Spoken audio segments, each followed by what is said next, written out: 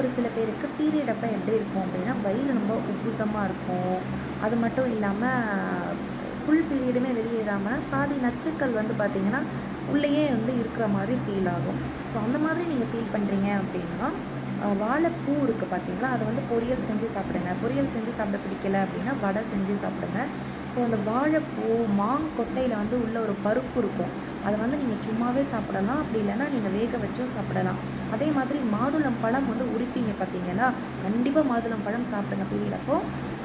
அந்த மாதுளம் பழத்தில் வந்து பார்த்திங்கன்னா உரித்தோடனே ஒரு எல்லோவிஷ் கலரில் ஒரு லேயர் ஒன்று இருக்கும், அது துவர்ப்பாக இருக்கும் சாப்பிட.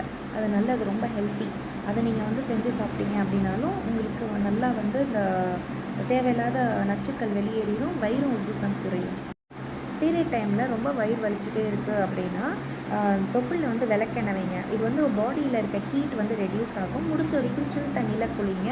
அதே மாதிரி 2 டேபிள் ஸ்பூன் நல்லெண்ணெய் வந்து சாப்பிட்டீங்க அப்படின்னா விட்டமின் சி வந்து அதில் ப்ரெசென்ட் ஆகிருக்கிறதுனால உங்களுக்கு முதுகு வந்து வலிக்குது, தண்டுகள் பகுதியில் வலிக்குது அப்படின்னா அது சரியாகும்.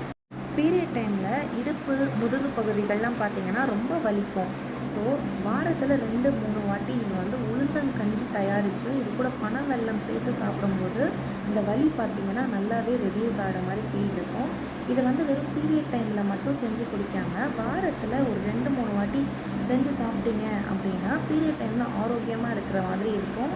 ஸோ பீரியட் டைமில் ஒரு சில பேருக்கு ஹெல்த்தியாக சாப்பிடணும்னு நினைப்பாங்க, அப்போ அது வந்து குமட்டலாக இருக்கும். ஸோ முன்னாடியே வாரத்தில் 2-3 வாட்டி செஞ்சு சாப்பிட்டீங்க அப்படின்னா அது உங்களுக்கு ஒரு ப்ராக்டிஸாகவும் இருக்கும்.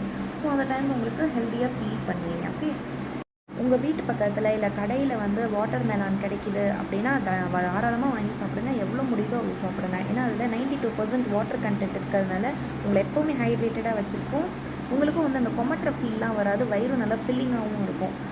அதே மாதிரி கருவேப்பிலை இருக்குது பார்த்தீங்களா, அதில் தேங்காய் சேர்க்காமல் நீங்கள் வந்து துவையல் செஞ்சு சாப்பிட்டீங்க, சாப்பாட்டில் போட்டு பிசைஞ்சு சாப்பிட்டீங்க அப்படின்னா உங்களுக்கு வந்து உடம்புல பீரியட் அப்போ என்னென்னலாம் பிரச்சனை வருதோ, ஒரு சில பேருக்கு தலைவலிக்கும், ஒரு சில பேருக்கு ஒரு மாதிரி இரிட்டேட்டிங்காக இருக்கும், ஒரு சில பேருக்கு உடம்பு வயிறு எல்லாம் வலிச்சுட்டே இருக்கும் இல்லையா, அந்த அத்தனை பிரச்சனையுமே சரி பண்ணிவிடும் இந்த கருவேப்பிலை துவையல். ட்ரை பண்ணி பாருங்கள். ஓகே.